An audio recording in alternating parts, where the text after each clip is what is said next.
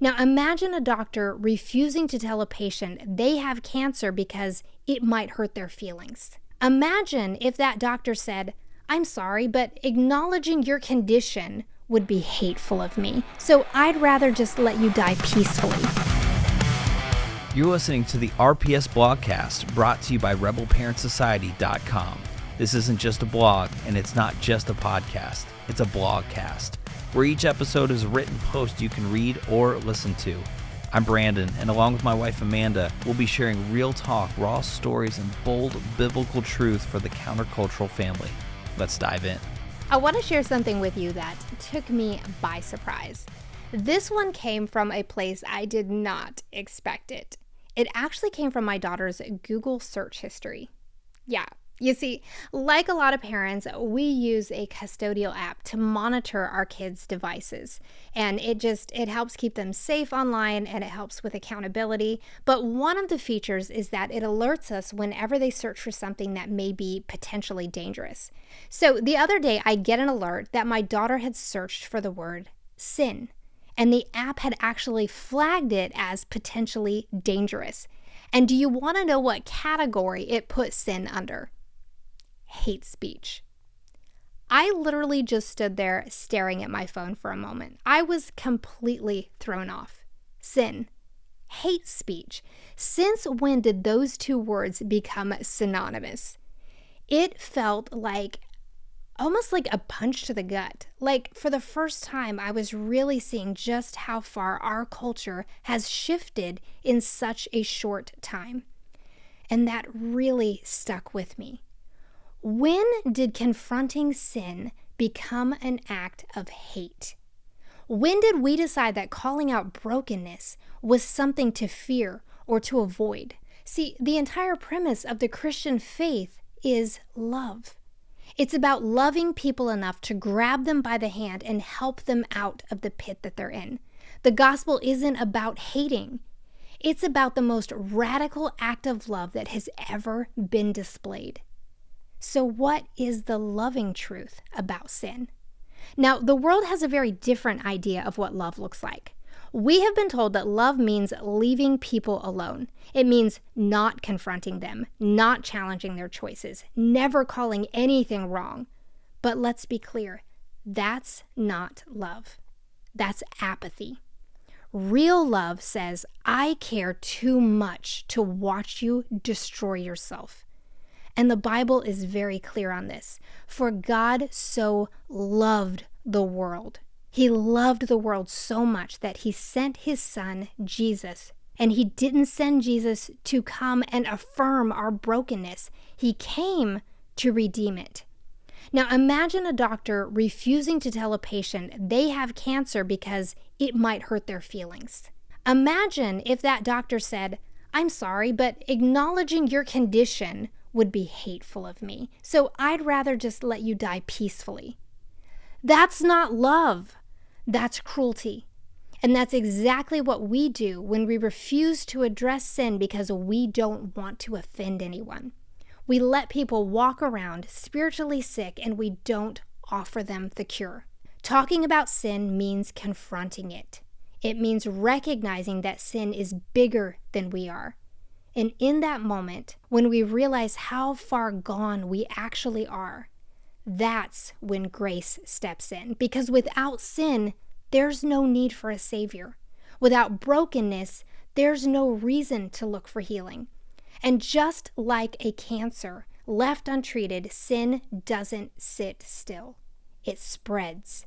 It consumes.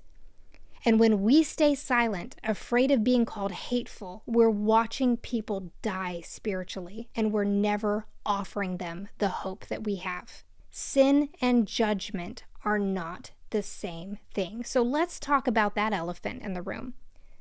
This comes up every single time we talk about sin. Judgment. It's like an automatic response. People throw around verses like, "Judge not, lest you be judged," and "Let us not judge one another anymore." But what do these verses actually mean? The word judge in these verses does not mean to point out sin. It means condemn or punish. And that is not what we're called to do. I can't condemn anyone. I have needed way too much radical grace in my own life to walk around judging anyone else. But calling something sin and condemning someone for it are two very different things. Calling sin what it is, a destructive force that separates us from God, that's not hateful. It's honest, it's loving, and it's truth. When we talk about sin, we're not saying you're beyond redemption. We're saying you are loved too much to stay where you are. Redemption isn't about shaming people. It's an invitation to their freedom. So we can't stay silent. And I know how easy it is to stay quiet because you don't want to seem harsh. You don't want to be labeled judgmental or hateful. You want to love people well. But love that stays silent when someone's soul is at stake, that's not love. That's fear. When we refuse to call sin what it is, we're withholding the truth that sets people free. We're afraid of being disliked or misunderstood, but how selfish would it be to know the truth and keep it to ourselves? What if someone looks at us on the other side of eternity and asks us, "Why didn't you warn me?" And this is a call to Christian parents. As parents, we can't shy away from talking to our kids about sin. Because if we don't teach them truth, the world will teach them lies. And the world is teaching them that sin isn't real, that calling out sin is hateful, that loving someone means leaving them in their brokenness. But love means telling the truth. And the truth is that sin is real.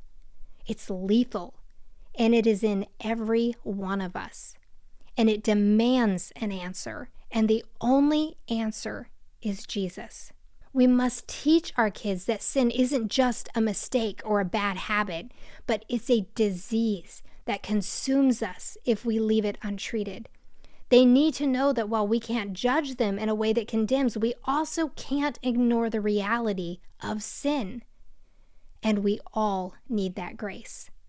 So what is the real battle here? Because we're not battling people. The world's hostility towards the truth is a symptom of a much deeper fight. It is a spiritual war against the essence of righteousness. The Bible tells us in Ephesians that our fight is not against flesh and blood, but it is against principalities and the powers of darkness. The enemy doesn't care about the world. He's already won their affection. He's after you. He's after your children. He's after your family. And the more committed you are to Christ, the harder he will fight to drag you down. So what is the bottom line here? We can't afford to water down the gospel. We can't let the world redefine love. Real love speaks the truth, even when it hurts. Real love risks everything to pull someone from their destruction.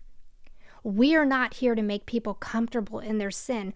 We are here to point them to the one who can set them free. And that is not hate. That is the most radical kind of love that there is. Thanks for joining me today on this powerful conversation about truth, love, and the importance of speaking boldly in a world that needs to hear it. Now, if you want to make a bold statement in a world that is so confused about the truth of love and hate, we have created a t-shirt that says it exactly like it is. Sin is not hate speech. It's truth. It's love. And it is the foundation of the gospel. You can grab yours today at rebelparentsociety.com and wear the message loud and clear, because silence isn't love. Truth is.